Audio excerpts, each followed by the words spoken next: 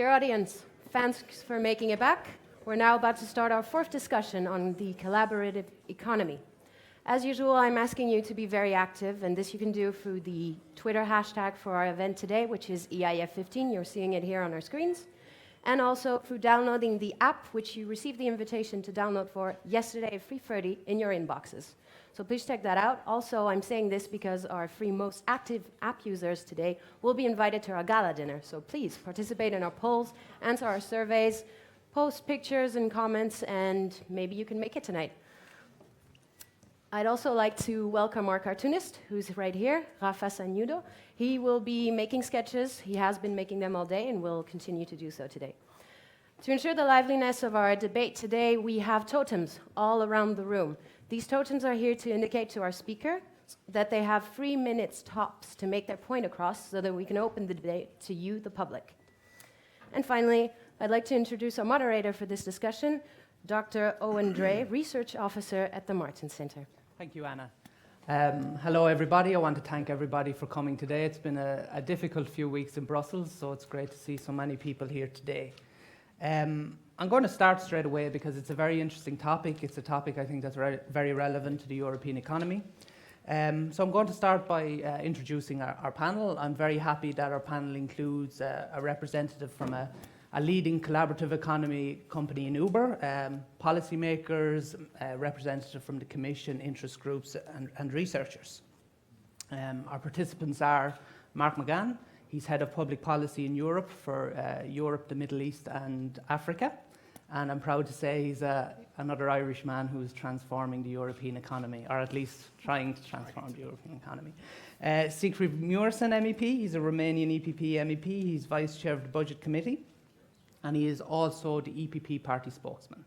Grzegorz Radziejewski, I apologize for the pronunciation, is a member of the cabinet of Commission Vice President Katainen. Torregrossa is managing director of the European Sharing Economy Coalition, and he's well known in Brussels for being an advocate for the collaborative economy.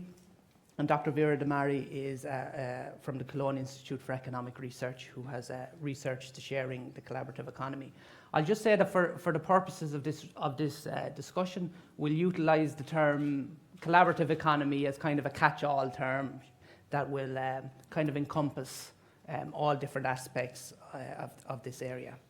Before I hand over to Mark, I'll just say that people who were here this morning have heard a lot of talk about the digital sector and how it's going to transform Europe. We here in Brussels, we love to talk about the digital economy. Digital. You could go to a digital event every day of the week.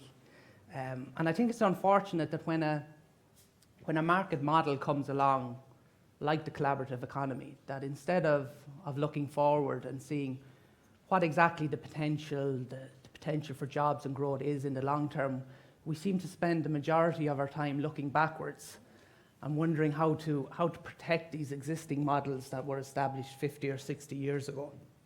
So I think I can be quite upfront in saying that the purpose of this discussion is to provide a very forward-looking, pro-market debate to really identify what the collaborative economy can bring to Europe in the years ahead. With that, I'd like to give the floor to Mark for the kickoff speech. Thanks very much, Eoin. Thanks for the invitation. I'm sure other people have wondered which side they look at, so I'll just look straight ahead of me. And Eoin, you can flash those lights as much as you want. I'm colorblind, so they won't mean a thing. For those of you who paid good money to come see Jyrki Katainen, I'd advise you to go to reception and try and negotiate reimbursement. I'm going to talk to you about work. There's a lot that connects the United States and Europe, especially when it comes to work. Good, stable, well-paying work that's available equitably, that improves living standards, and puts the worker in control has, as far as I can remember, being a major policy goal on both sides of the Atlantic. And today, in both the US and Europe, there are many questions asked about Uber and platforms like it. How do we raise the quality of and the prospect for work in diverse markets such as here in the European Union at a time of such great uncertainty and challenge? How do we want to support governments where they recognize a need to update regulation in response to technological change? So today I want to talk about the role that Uber thinks it can play in this discussion, both as a model of opportunity and as a symbol of change. Of course, when people hear the word Uber around the world, they think many things. It's an app, taxi, technology, disruptive. Oh, and maybe even aggressive. In Europe in particular, that may be Uber's connotation for many of you. And since launching here in the European Union in 2011, we haven't had an entirely smooth start.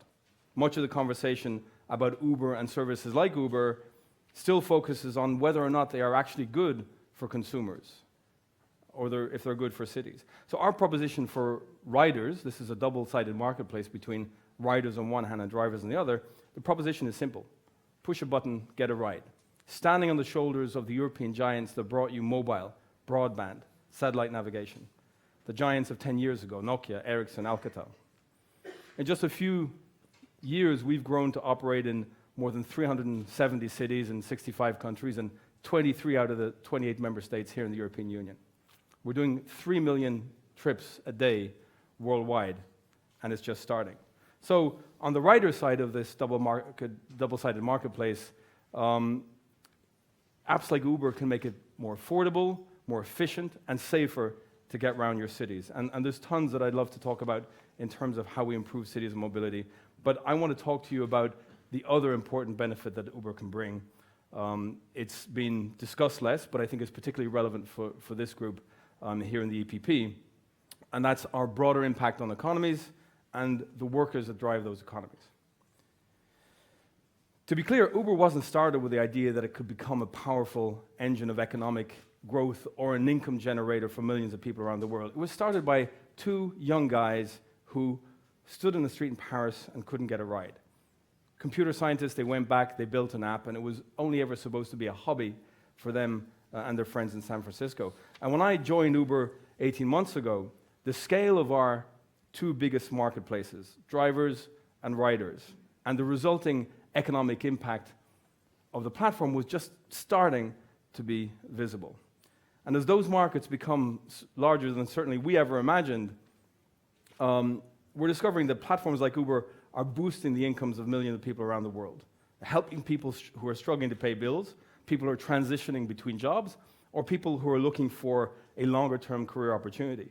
Today, there's about 1.1 million people around the world driving on the Uber platform, taking at least 4 trips a month. On average, half of the drivers on that platform, both in the US and interestingly here in the European Union, drive for less than 10 hours a week. People use Uber to be able to get that pay rise that they haven't gotten for years. This is crucial because for most people, driving on Uber is not even a part-time job. It's just driving a couple of hours a day here and there to help pay the bills. And this is important to be able to allow people to monetize that asset, often the most expensive asset that they own, their car, which is sitting idle for 96% of the time. On average in the EU, we use our cars 4% of the time, congesting our cities, and especially the car parks in cities. Over 15% just here in Brussels of the real estate is just car parks. So this leads us to the second theme, and that's the reality which in today's economy is pretty clear. More people, many people, are looking for more income, and it's usually for different reasons depending on where you are. In the States, the economy is recovering, but it's clear that many people aren't feeling the full effects of that recovery. There's never been more household debt in the United States. The Federal Reserve published figures that show that half the people in the United States, if they're hit with a $400 bill that they hadn't planned for, they can't pay that bill. And over a third of those people have to go into debt just for that bill. Here in Europe, where the recovery has been weaker, unemployment remains high. You know the numbers. Around 20% on average, and youth unemployment in some of our member states as high as 40%. So how we perceive work, our notion of what is a job, is changing because it has to change. In addition to that, there are millions of people on both sides of the Atlantic who are unemployed. The stats show that over 20 million people in the United States who work part-time want to work more. Here, Eurostat has told us that there are 10 million people across the Union in part-time work who desperately would like to work more hours, but they can't. Now, many of you are politicians, and you will have consumed a lot of political research in the past 10 years, and good political research, like good business research, doesn't go really to the core of politics or to the core of business. It goes to assessing people's behaviors, for us to understand how people are living their lives, their challenges, their aspirations. And what the research shows emphatically and unequivocally is that most people say they have too little money and too little time. And the two are closely connected, and they would like to have much more control over both. With Uber, drivers are consistently reporting that what they value the most about driving on the Uber platform is the flexibility of being able to work when they want and where they want. They can fit their work around family, around part-time education and training, or even around another job. In the States, over 90% of people who drive on Uber say they choose Uber because of the flexibility that it affords. They don't have to work to a set schedule. They fit Uber around everything else. That means that you're more likely to find somebody who drives 10 hours this week and 0 hours next week than somebody who on a Tuesday and a Thursday drives from 3 p.m. to 9 p.m. Here in Europe, there's strong unmet demand for independence and self-employment. The latest Eurobarometer survey shows that 37% of Europeans would like to be self-employed, against currently 14% today. And we think that technology, platforms such as Uber, can help to address this self-employment deficit and can be the first step to building a business, developing those entrepreneurship skills that Europe so desperately needs. Flexibility in work is particularly important here in the EU for women, who participate a lot less in the workforce. The female unemployment rate in Europe has increased by less than 4% in the past decade, and it's stayed flat at about 62% for the past 6 years. Even those women who work disproportionately do so part-time. If you look at the Netherlands, where 36% of women work part-time because they have caring responsibilities for children or for elderly parents, 36% against just 7% of men. More flexible forms of work like Uber, who let people fit work around those responsibilities, can certainly make a contribution. And as I said, more than 1 million people around the world have chosen to drive on Uber. This is not something which has been a last resort. 91% of them said that they choose to drive an Uber because it fits their life well and it's a good option for them. In Paris, there's about 16,000 people driving full-time livelihood on the Uber platform. 25% of those people were unemployed before they started driving on Uber. And of those 25%, over 40% had been unemployed for over a year. So there's no doubt that work is changing. And that, of course, in part, is due to technology, which by its very nature is disruptive. It's especially true when changes happen so fast. If you think back, 6 years ago, the iPhone didn't have the battery power to allow apps like Uber to actually function. And as with all change, there are valid questions about what adjustments policymakers and politicians will have to make in response. But it's important to remember that these changes are opening up huge new opportunities for flexibility and choice. And in the labor market here in the European Union, those are two concepts which still remain taboo. The fight for fair work has fundamentally always been a fight for security.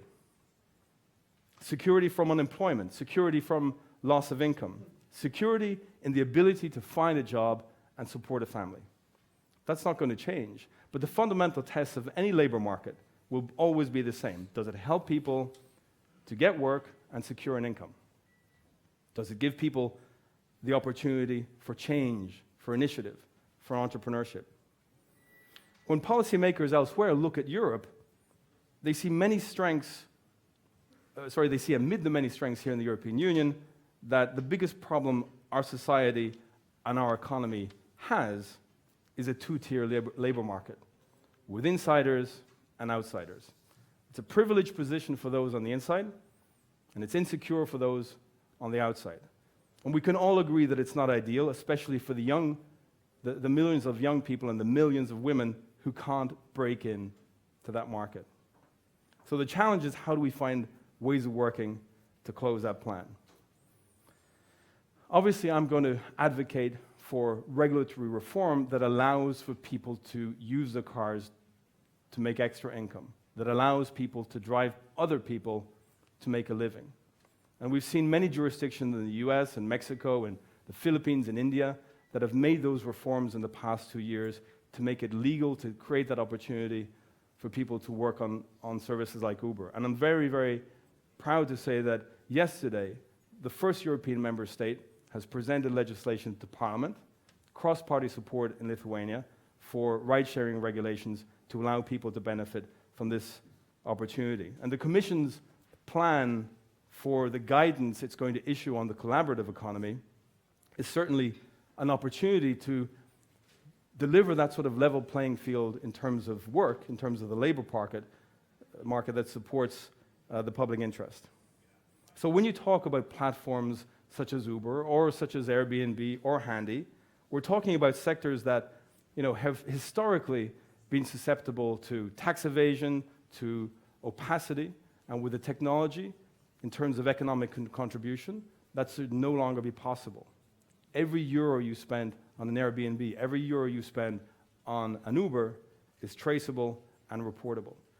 So to conclude, as policymakers and think tanks such as the Martens Center look at this on-demand or collaborative economy, we're certainly eager to be part of that debate and to contribute. But some people here across the European Union, some member states, some political parties, some politicians approach the on-demand economy as if it's a problem that needs solving. Yet when you look at the full picture of how people are truly seizing these platforms, in terms of using them or in terms of working on them or with them, it's clear that there's so much more of an opportunity to be seized than a problem to be solved.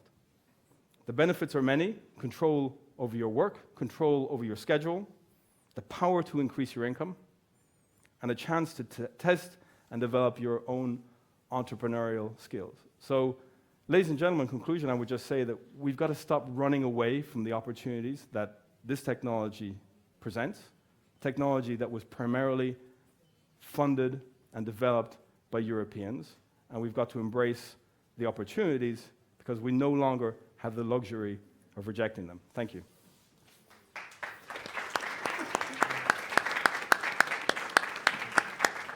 Thank you, Mark. I think there was enough ideas in there to fill 5 panels, but let me just try and draw out some of the points. I'll address a specific question to each of the other panelists first, and then I'll open the panel to discussion. MEP Mureşan, if I could come to you first. Prior to becoming an MEP, you were senior political advisor in the EPP with responsibility for economics. As you well know, the social market economy lies at the very core of EPP policy. And I was just wondering, what can we do to ensure that the rise and growth of the collaborative economy is fully in tune and fully benefits the kind of the centre-right social market model? Yeah. Firstly, at the end of the day, I believe that there is no contradiction between the principles of the social market economy, for which the centre-right has been constantly advocating for the past decades, and the development of shared, collaborative economy. And to me, basically, three questions, 3 elements are key. Firstly, what is the potential? What are the benefits? Following the appearance of the new kids into town. Secondly, does it endanger existing actors? Does the appearance of Uber endanger taxi drivers? Does the appearance of Airbnb endanger established hotels? And thirdly, how to regulate this in a way in which it is market-oriented, it is customer-oriented, it doesn't endanger the new players, it reduces tax evasion, but of course it prevents fraud, and it brings them into a complete state of legality.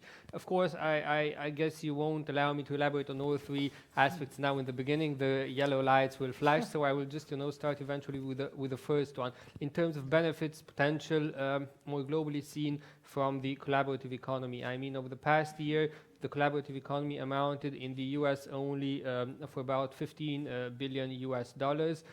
In only the 5 sectors which are most prone to collaborative economy, which are car sharing, accommodation, audio-video streaming, finance, and online stuffing. Growing rapidly, estimated to go to more than 330 billion euros in 10 years' time. So not in 30, not in 40 years' time.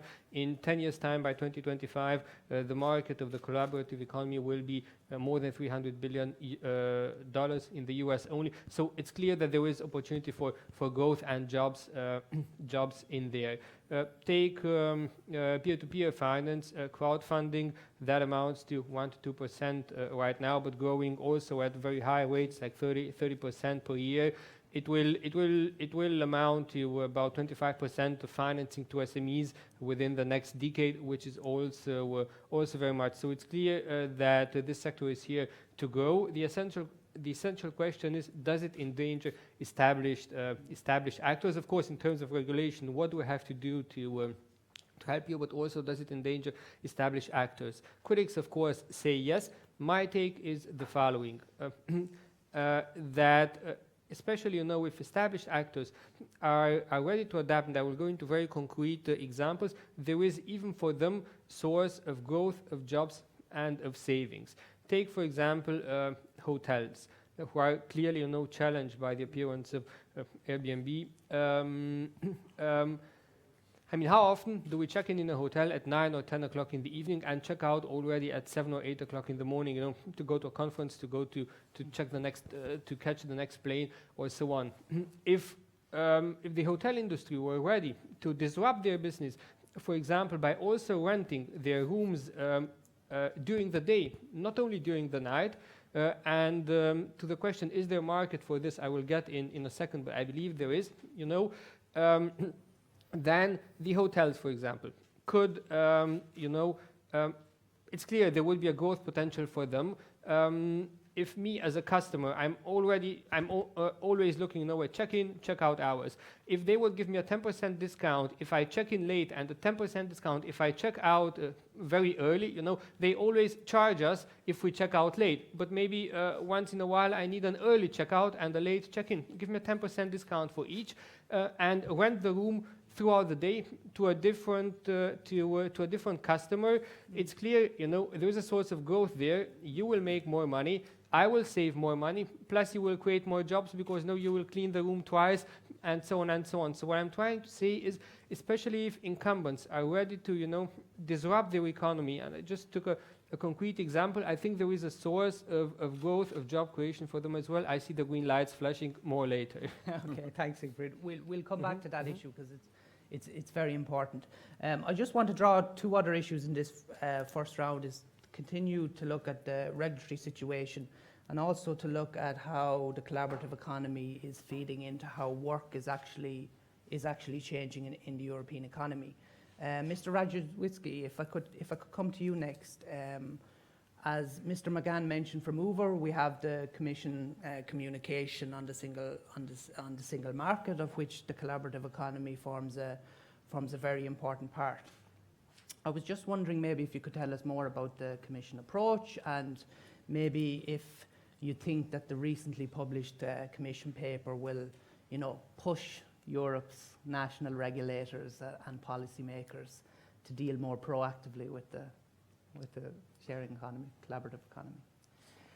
On the latter, I would love to have the answer. We will see what is going to happen, because we are at the very early stage. Of course, after the adoption of the single market strategy, now it's transmitted to the Council, and then, of course, we are very vigilant to see what sort of reception we have from the member states side. But I will start. Let me get back to your first question. The single market strategy and the collaborative economy. Indeed, one of the actions that we proposed in the communication is collaborative economy, and that's, I think this is quite easy thing to explain. We treat both things as a, if I were to find the one word, enabler.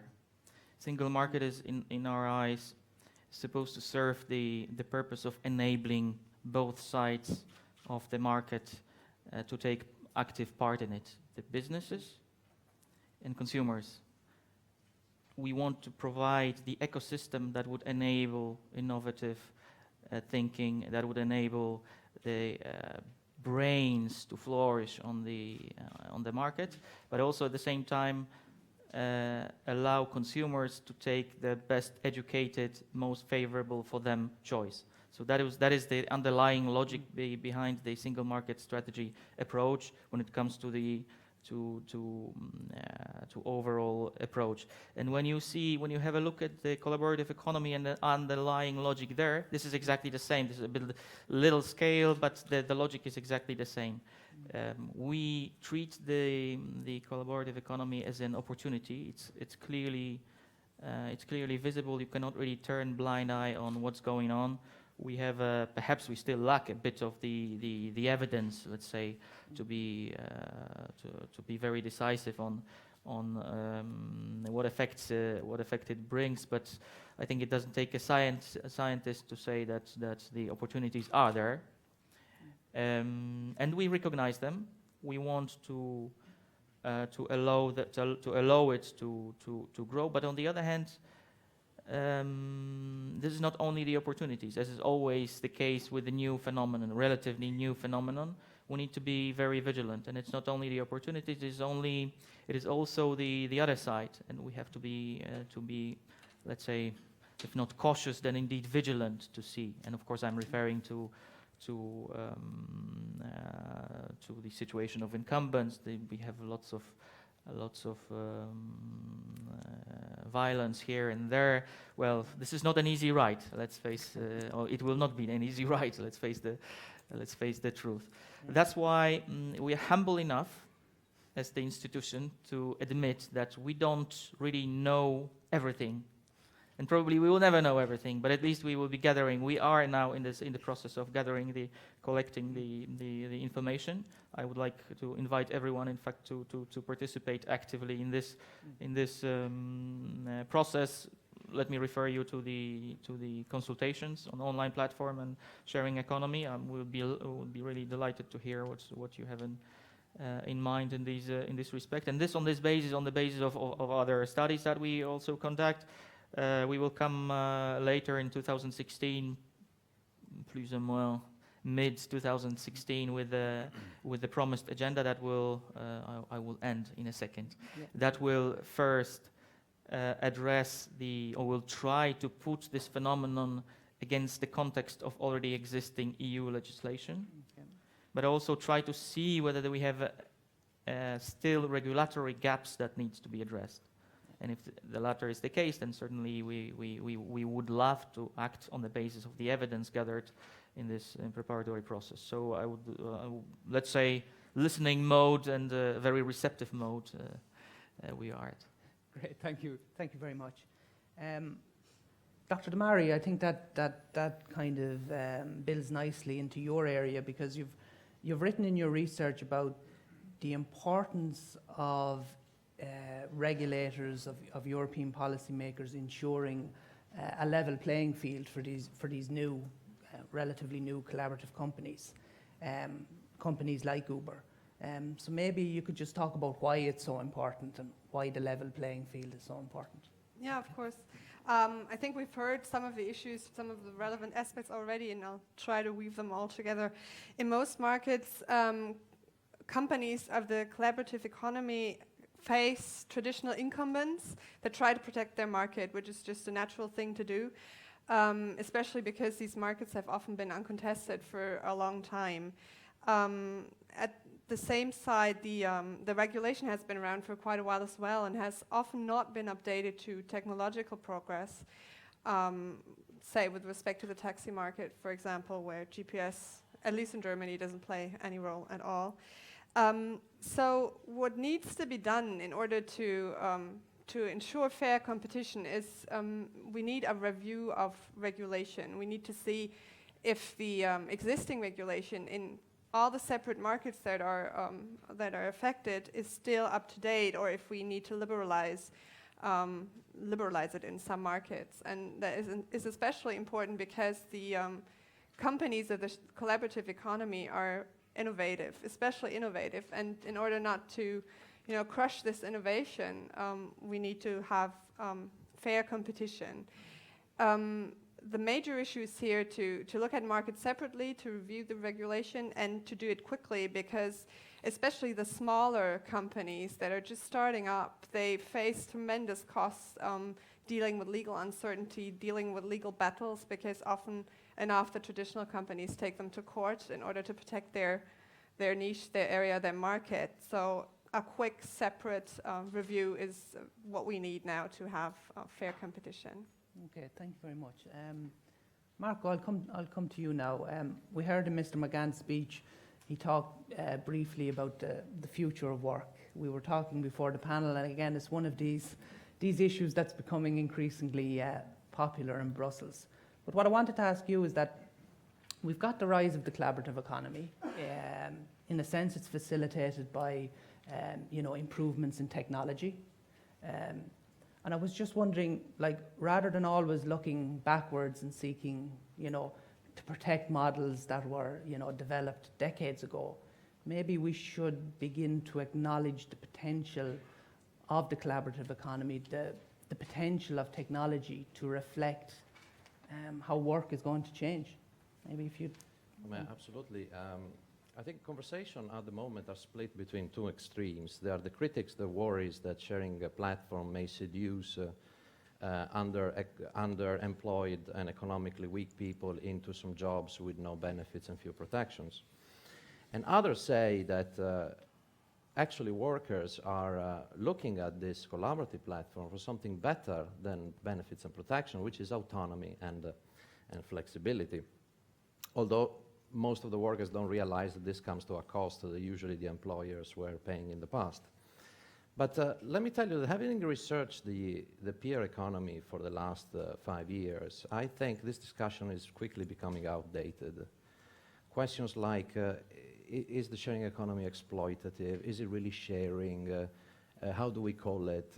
These are the wrong questions. I think what we should be asking ourselves is, what are the needs of the workers in a changing workplace scenario?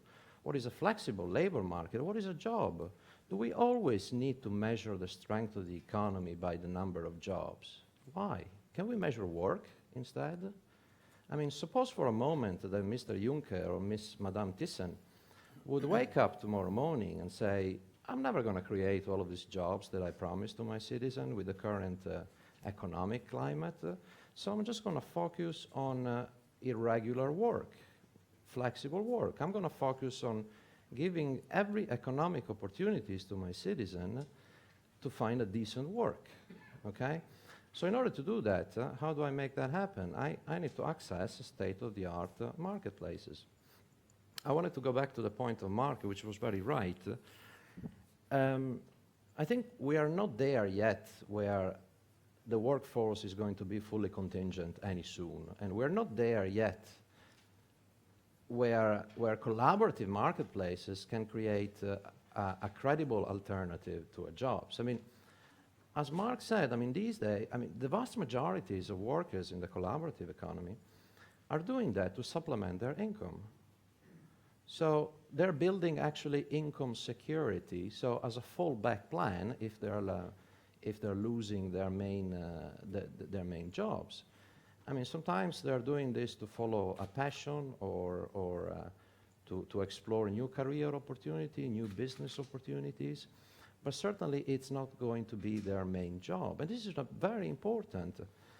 I mean, I think all of this discussion has not emerged in a meaningful way. And until it does, our understanding of the sharing economy and the future of work is somehow limited. Going back to Mr. Juncker and Madame Thyssen, I think there's a way to make that happen, and the public sector has a great power, which is called procurement. Let's not forget that very mighty technologies such as the railways, water pumps, electricity cables, went from fringe to mainstream when the public sector adopted them. So the public sector is actually the greatest driver of innovation. Just use it. There are ways to create a sort of platforms of platforms, okay, where if you want a provider, if you want a freelancer, and you want to have on these platforms a listing of all of your time availability, all of your trust and reputation, all of your contact details, etc., so the providers can easily jump from one platform to the others, okay? And everything would be backed by governmental facilities which would ensure the regulation are respected, taxes are being paid, health and safety is ensured. If I want to give a ride in Uber to Mark tomorrow, I can do that for 3 hours.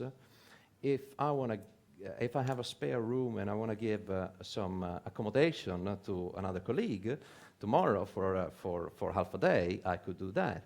Okay, so I think the future of work is less about matching supply and demand and more about creating the right infrastructure so that workers can move in a flexible labor market from platform to platforms and find work. Okay, great. We'll come back to those topics in the future. At this point, I really want to take some questions from the audience to get some interaction. So if there are any questions, please just put up your arm and we'll get you a microphone. If not, I've got a list of 14 questions I want to ask, so that won't be a problem. No? Everybody shy today? Here. Thank you very much. Matthias Schäfer, Konrad Adenauer Stiftung in Berlin. I would like to, well, my question goes to Uber. I'd like to thank you for your speech you held. I would love to hear it on a party congress, for example, for the CDU in Germany as well, because you did a quite clever job, I would say. You just argued in a way that you would tackle with Uber all these labor market problems we tried to work out with policies in the last 1.5 decades, and where we have been more or less successful. You spoke about long-term unemployed people that could find new jobs, self-employment, women, young people finding jobs. All these things are as well crucial policies to roll out for politicians. The only thing I missed, and this is what I would like to ask you, and that leads me as well a little bit to Mr. Mureşan concerning the social market economy. I liked that you raised this term. The question is, what is the idea behind Uber's business model in terms of, in our more continental European point of view, employment creates wages, income, but as well social security. And we deeply finance our social security systems via employed people. And I didn't hear a single word from you to this perspective. You could argue, I don't care about this, this is part of politicians. Nevertheless, that would then lead the question, how would politics reflect on that? Or you would say, we at Uber, we have an idea of how to, with all our business and employment perspectives, we as well see a need that people get not only an income nowadays, but have a perspective for pension system, for healthcare, and all these things that are still drastically financed via labor income and employment, not self-employment. Thank you. Thank you. There's a lot in that question, so I think we'll take it. I think I'll give it to Mark, to Siegfried, and to Marco. Mark, if you want to. So thanks for the question and thanks for the invitation. Definitely love to come to what is certainly the most difficult market in the European Union for these new business models, these new ideas. You know, I had the great privilege of sitting down with the mayor of Hamburg a year ago, and he said to me, I love what Uber's doing. It's a magnificent company. But just like I said to the CEO of Amazon, that great company, but we have our own bookstores. I say to you, we have our own taxis, we don't need you. Auf Wiedersehen. And if you have certain level of income in Germany, which presupposes that you have a job, you can afford one of those wonderful taxis in the city center of Hamburg, in the city center of Berlin. But I would argue that that's not everybody. So you put the thorniest question on the table, which is that of the European social contract. What are these new services? It's not about Uber. You know, I love Uber, don't get me wrong. But as a European, I'm so proud of the fact that the technology that allows Uber to exist, 70% of the IP in an iPhone, the intellectual property, is European. So we got it right at some point. We got our politics right at some point. The right framework for all of that public and private research and development for mobile broadband invented in Helsinki, ADSL invented in Antwerp. We're still sending up those Galileo satellites. We're putting these phones in the hands of 20-year-olds and 25-year-olds in the south of Italy, the south of Spain. And somehow we think we've done something good. And they're sitting at home with these phones. They can't afford the mobile subscription to actually look at the Facebook or the YouTube or educate themselves further. And they certainly can't find a job. Now, the social contract, first of all, I've never seen a new business model come into a market where we've said, as long as you've answered all the possible questions with regards to what will be the consequences of this new business model, we let you in. You know, in Grzegorz' introduction, he was talking about we have to adopt caution, we have to be vigilant, we need more information, we need no more investigation, although you did say that we need to do it fast, and it's great to hear that. By the time we've decided, we have the body of evidence that this is good for the European market, it's good for not just European workers, but people who aspire to be European workers, that train will have left the station. And in terms of our European social model that people fought for, people died for, right, 60, 70 years ago, certainly we need to preserve it. But I would argue that in the current context, we don't have the luxury of a model that worked 20 years ago, of social protection that somehow we enjoy, and social protection models in some countries which were more equipped for people going down the mines in the 19th century than people working 6 hours additionally on an Uber platform. There's an enormous mismatch. And I would just say the last thing I would say in closing is, it's not like Uber or Airbnb have suddenly invented the concept of being self-employed. I used to be self-employed. Here is indépendant in Belgium. I was responsible for my taxes. I was responsible for making my social security contribution. I was responsible for making my pension contribution. Most taxi drivers in the continent are self-employed.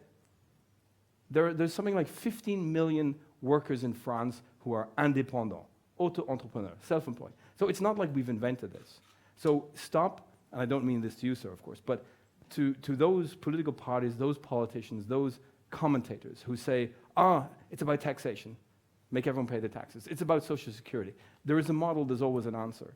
But if we reflect too much, if we need too much caution, too much vigilance, too much investigation, it's just another technological opportunity that's left the station, and we'll be in a worse situation than we are today. Siegfried, would you like to comment? Yeah, just briefly, and also touching upon your question. Of course, I mean, we're here at center-right think tank. That's why we like flexible labor markets. We believe they are a source of growth. But indeed, if I could imagine Uber giving a keynote at the party congress of the center-right, it's so hard to imagine them being embraced by the center-left, I mean, by trade unionists and so on. There you would have a hard life. But what I'm trying to say, flexible labor markets, flexible forms of employment, it's something which we believe is part of the structural reforms which the EU economy clearly needs. The social market economy, which is our economic model, to me it means that it helps every individual, every company unleash their potential, but it also takes care of those, who would risk to be left aside. And two things do I want to say here.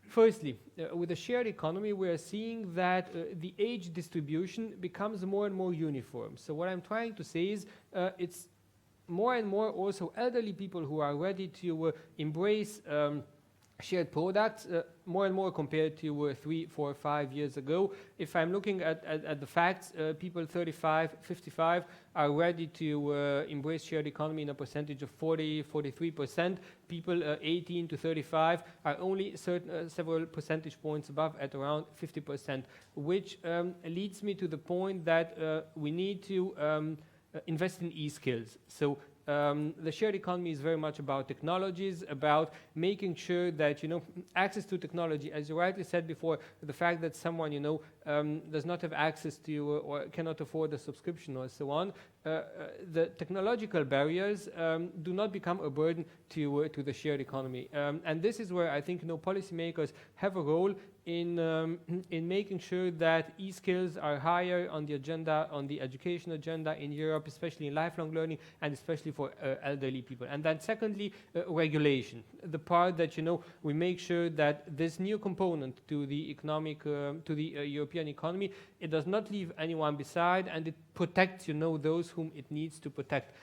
I believe, it needs certain regulation, but more than regulation, I think, it needs a sense of uniformity, especially in a single market like Europe. I mean, we're very much praising the single market, which we're having here, free movement, but for a company like Uber to unleash their potential in Europe, to me, as a client, as a customer, it's of essence that I can use it in Brussels, but I can also use it in Paris if I travel to Paris tomorrow and in Berlin in 2 days and so on. But of course, I'm not asking for a complete deregulation. I mean, there are sectors where we clearly can do more. There are cities in Europe where the number of taxi licenses is limited. There, of course, we could do more, but I would not want to see individuals selling medicines online without having any license or so on. So I'm not advocating here for complete deregulation, but for client-based, bottom-up, and for more uniformity within the single market here in Europe. Great. Marco, I think you wanted to respond as well? Yeah, the question that was flagged from the audience, I think too much of the welfare system these days is delivered through employers, specifically pensions and healthcare, whereas they should be tied up to the individual and made portable so they can be transported from across platforms. So what we really need is to decouple the benefits and protection from the employment contract. And this is an area, by the way, where the Obamacare was very influential in the United States. It's called unbundling. I mean, we are familiar with the unbundling in the music industry, in the publishing industry, and so on. And it's now taking place in many other economic activities.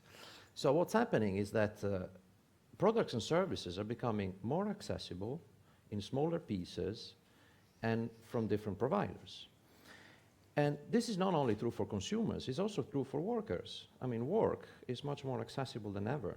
It's in smaller pieces, and it's again from different providers.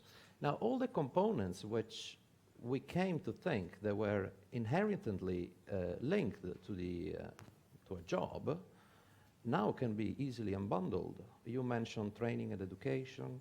It was mentioned benefits and protections. Office equipment, administration, etc., etc. I mean, all of these elements, we used to think they were part of a job, but nowadays they are part of flexible work. So again, my call of before was how do we provide the infrastructures around flexible work so that this is a model that can prosper in the future. Now, the question about the taxpayers and shall we bother them and the public sector, etc.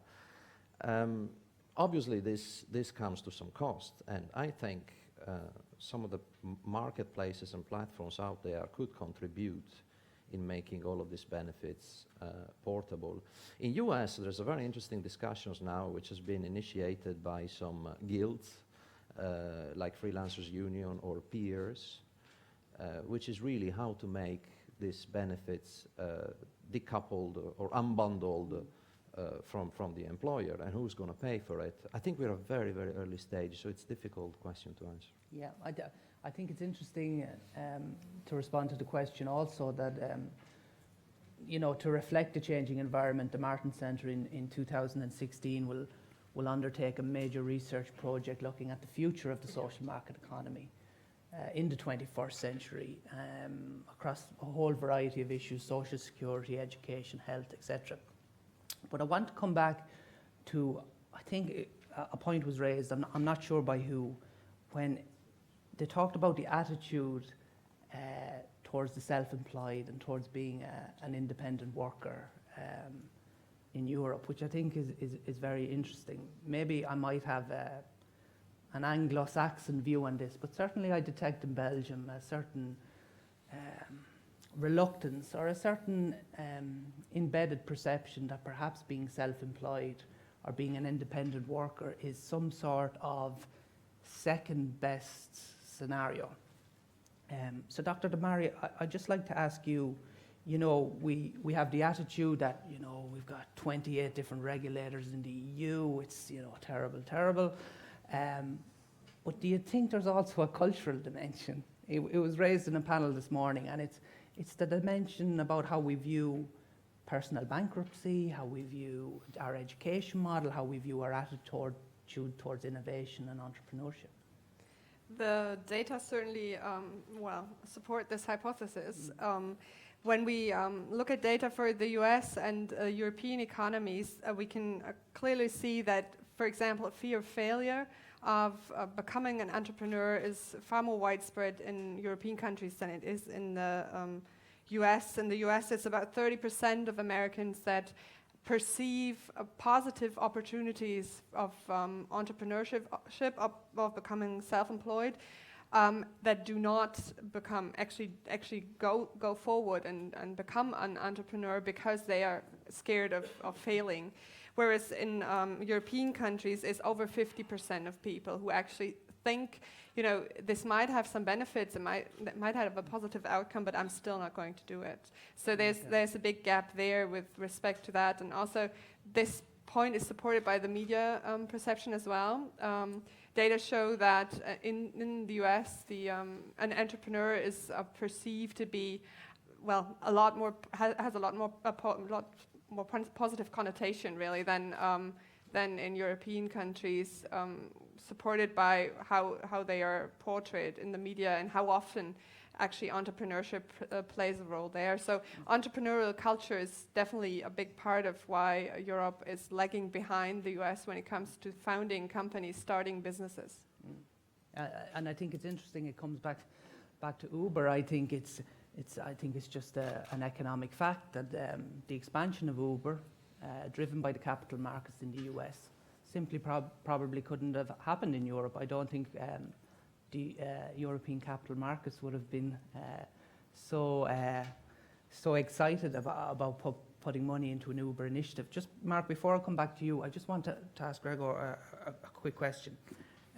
Since the Juncker Commission came into power, we've seen a real focus on less regulation, only regulate where it's necessary. We've also seen flagship projects such as Capital Markets Union, I think, which is highly relevant to this debate, the digital single market, Vice President Timmermans, reducing regulation. And I was just wondering if you think that the collaborative economy is actually, it can be one of those really important topics that brings all these issues together. The Capital Markets Union is very important, non-bank financing, entrepreneurs raising money. Do you think that those initiatives can all come together to support a policy framework for the collaborative economy? That's exactly what is the intention. Great.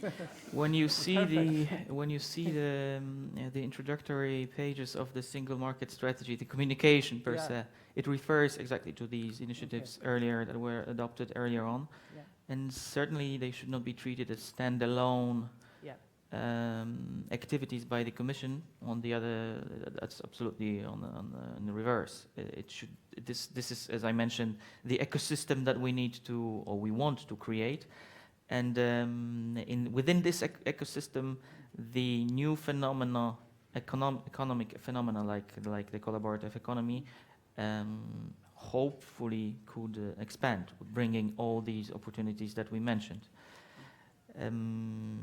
So that is the attitude, and I would not go that far to say that it is less.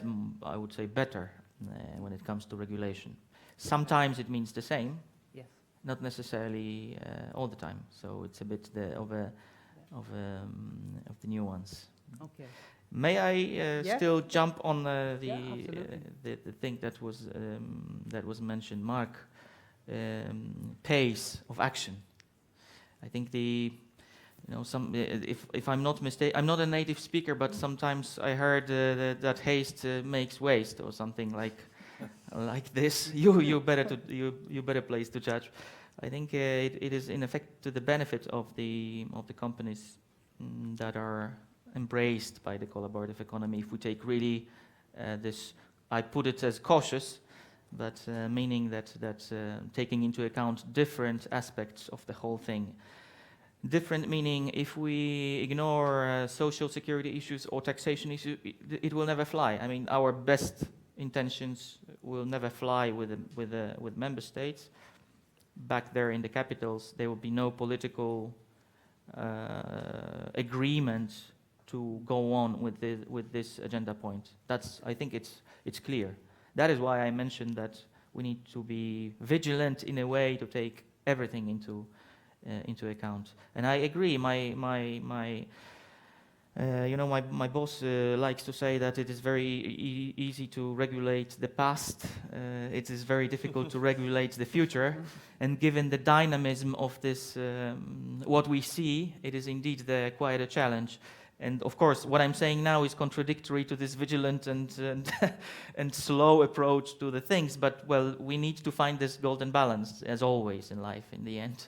So this is what I wanted to refer to. If you were not really satisfied with the pace of action. Okay. Yeah, Can I Marcus? just briefly? Yeah. I get that, and I appreciate that. I just, as Vera said, let's do it, but let's do it quickly, because, you know, as Marco said, we no longer have the luxury, 5 years into the peer economy, of trying to figure out, you know, is this good for us or is it bad for us? The Vice President of the EPP, your boss, Katainen, said a couple of weeks ago in the FT, trying to ban Uber is almost like if in the past people tried to ban the printing press. My dream for 2016 is to have the entire European Commission, which should be speaking with one voice and an affirmative voice, to say it shouldn't be about if Uber or if Airbnb and is it good or bad. It should be about how do we regulate. So let's assume it's good for Europe. Now let's go to the next step. How do we best regulate this in the interests of European consumers, in the interests of European unemployed, and in the interests also of the incumbent consumer protection? So we've had the debate, I think, on the if part. Let's go to how. Okay, great. I'm going to go to the crowd again for questions. I have one here. Any more? And we've got one here at the back as well. One at your back. Three. Good to see people are awake. Please, go.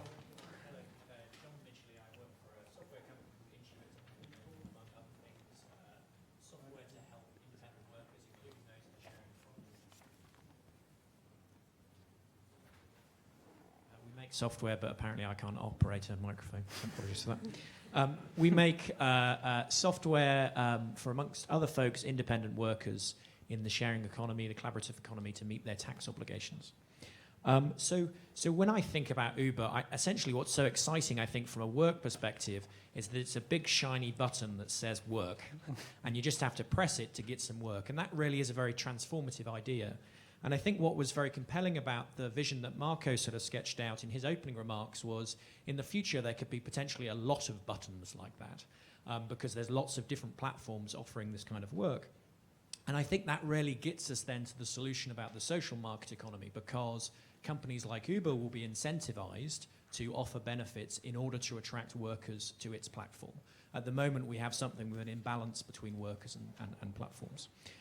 So the question, I think, comes to how do we accelerate to a world where there are lots of different kinds of platforms offering different kinds of services that offer those buttons to workers.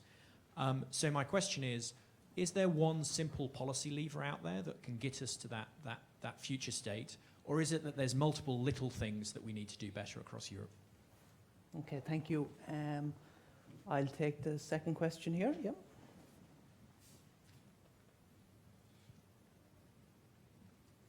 Thank you. Nick Crosby at Canberra. First of all, I'm a massive Uber fan. Having experienced it recently in Leeds, I can't understand why anyone would want to oppose that, except if you are an incumbent and you have a nice monopoly income. So that's where I'm starting from. But but I also think the panel's raised some very interesting questions about making work flexible and how we should think intelligently about that. But in terms of how the collaborative economy is being accepted, I wondered if Mr. MacGann had any data showing which markets and which societies in Europe are adopting this faster than others. And that then to us here is the test, because if the balance tips in that favor, we'll get it. And if it doesn't, I'm afraid we're going to be locked out again to another great wave of technological opportunity. Yeah. Great, thank you. I'm going to take one final question because we're into the last 10 minutes. So if we just get a mic. Thank you. Dimitris Valatzis, independent economic consultant. My question is mostly covered by the gentleman, so I'll keep it very brief. It's quite stunning to hear Mr. MacGann being so Brusselized that he's asking for new regulation. Hearing that from a head of company is quite shocking. I put it to you that we don't need new regulation. We all know what's going on here. We all know this is rent-seeking monopolies protecting their income. We have competition law in the European Union. It's quite clear. If you read TFEU 101, it's pretty much fits like a glove to the description of Taxi Parisien or some other association. So why isn't the Commission, at a time when we have 10.8% unemployment in the Eurozone and lackluster growth, this is not the time to be cautious. This is the time to use the instruments that we have, throw caution to the wind, and have a big bonfire of local protectionism, ideally outside the Commission building here. Okay, great, thank you. Because we're into the last 10 minutes, I think I'll just allocate questions. Marco, how could we accelerate? One big policy or lots of small ones? Well, I mean, as the government didn't start to regulate the internet before it was fully fledged, we shouldn't be regulating this new economy before it's fully created, otherwise it could halt innovation. There's some ideas that people think that regulation brings to fair competition. I think the only way to ensure fair competition is to allow more competition, as simple as that. We don't need more regulation, because the moment it's adopted, it's already outdated in this fast-moving marketplace anyway. So I very much like the cautious approach to the Commission that says, okay, let's sit around, let's draw some borders, parameters, and investigate a bit this thing, and give advice how to apply existing regulations, such as the Service Directive and so on. I think I have two suggestions, if I may, Eoin. Yeah.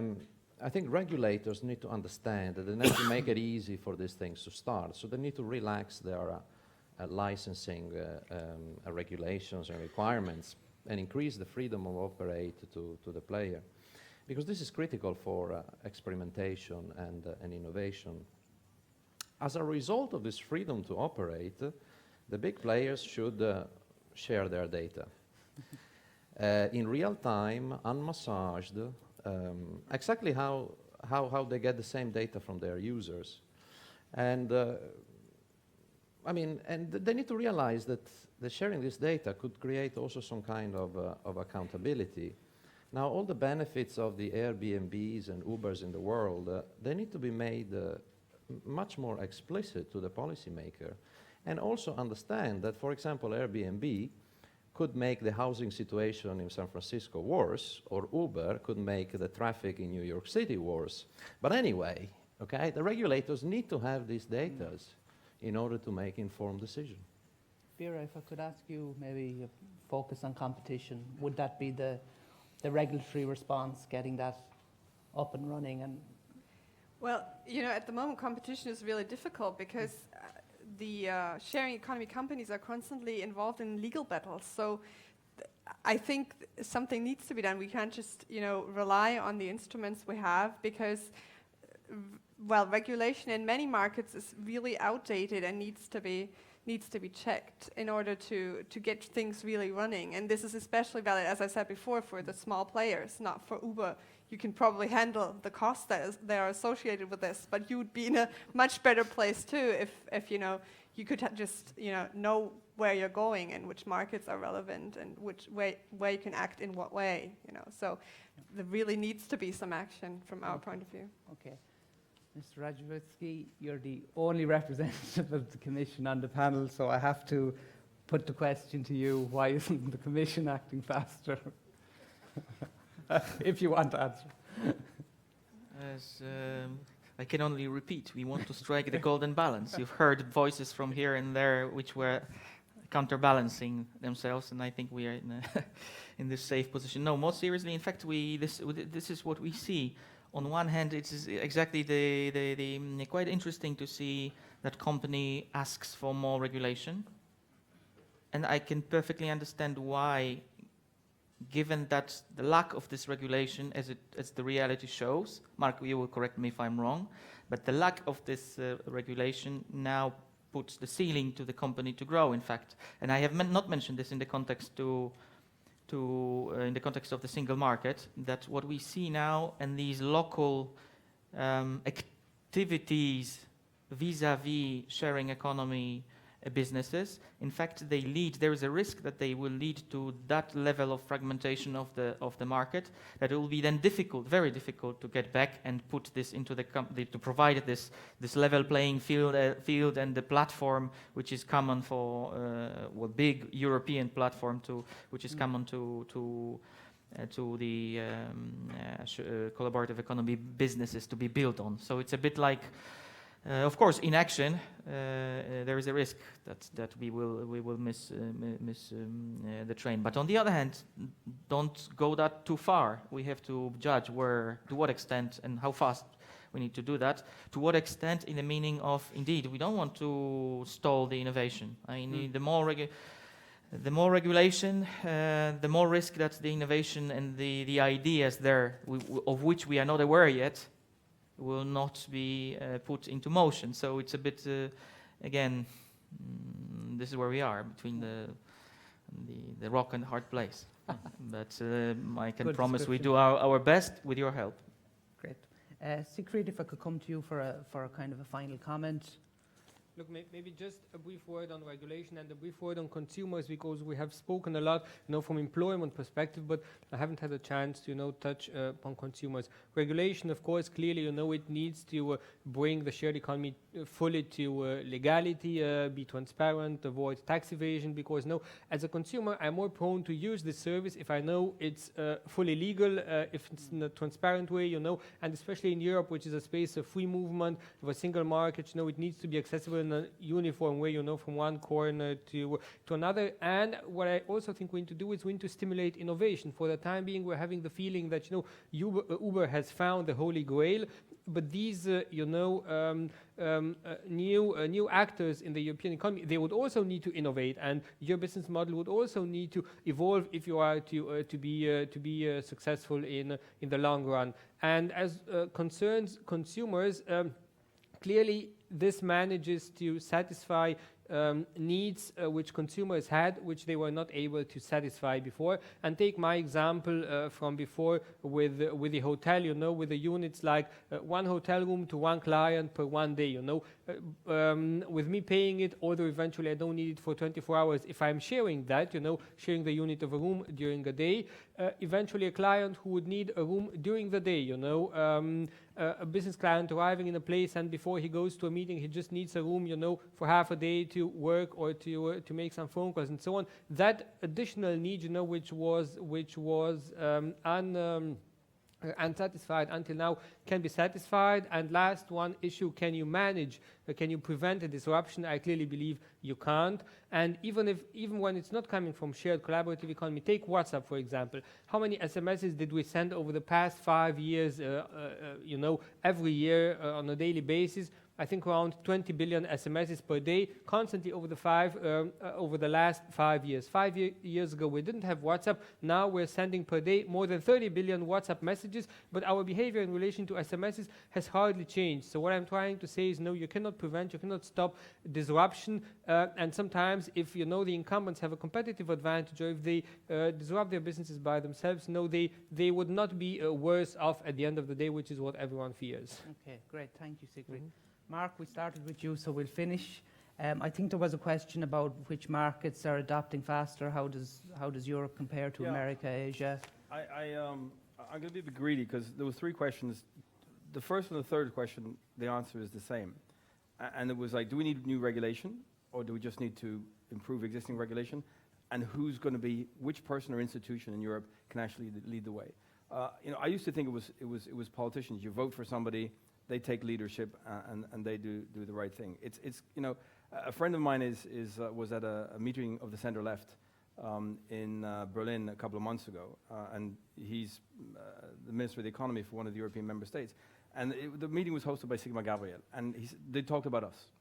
And he said that the one thing in the room that was perceptible was fear, that somehow this was the Americans coming in, trying to steamroller Europeans, and people not understanding the potential. So that's a job for us to educate better. But one of the reasons why, and I say this as a European, why Uber isn't European or wasn't made in Europe, or Airbnb wasn't made in Europe. Because with the rules and the regulations that we have in place, those startups are stifled at birth. And I'd love us to try and figure out not just how do we use these services for employment and growth and mobility, et cetera, in Europe, but how do we modernize the regulatory framework, and if it's not appropriate, to move it out of the way so that the next sort of global players, the next so-called unicorns, can be made in the west of Ireland, can be made in Lithuania, can be made in Romania. So I think, given that the political leadership doesn't want to embrace this, despite best efforts, and is it Elżbieta Bieńkowska? Is it Jyrki Katainen? Is it Marianne Thyssen? I think it might be the Margrethe Vestallas of this world, and that comes to the 101, 102, 106. Maybe it's Margrethe Vestager for the European Union, or maybe it's each individual competition authority. Read an editorial in the an op-ed in the FT by the head of the CMA, the Consumer Markets Authority, who said that TfL, Transport for London, who's trying to restrict Uber, 5-minute waiting times, stopping drivers from being able to use multiple apps, trying to stop progress. It's going to be the trust busters in Europe that eventually make this happen if there's not political leadership. And we saw that in telecom, for example. And moving from telecom to the middle question, which was, within the European Union, who's leading the pack? I'm afraid there's, and there always has been, in using technological innovation for growth, a north-south divide. This is supposed to be one single European market for services.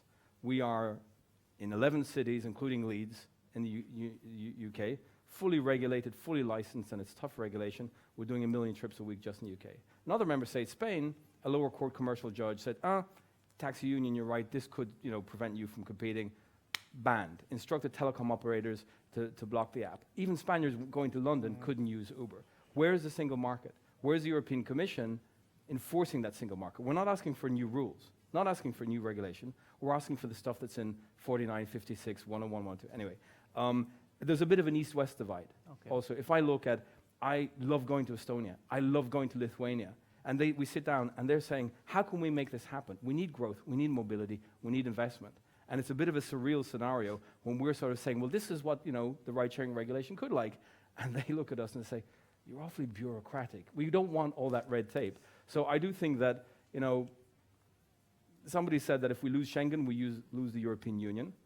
But if we block innovation, if we refuse the single market to innovators and entrepreneurs, whether they were made in the USA or made in Bulgaria, then I would argue that that's the core of the European Union, and that's where we start to lose. Great, Mark. Thank you. I think that's a good way to finish. I had a little note walked out of some of the takeaways from the discussion here today, but I actually think there's one quote that kind of sums, I think, a lot of the things that we discussed today. Somebody once told me that the role of the moderator is never to come up with a new idea, but rather just to borrow other people's ideas and pretend that I'm very intelligent. So I'll borrow this quote, and I think it sums up essentially the tone of the debate today. And it said that the balance of the law should favour innovation, competition, customer service and wealth creation. If existing legislation is not adequate to support that, it should be reformed to ensure that it is. With that, I just want to thank our speakers. I want to thank everybody for coming. The panel is finished. Thank you very much.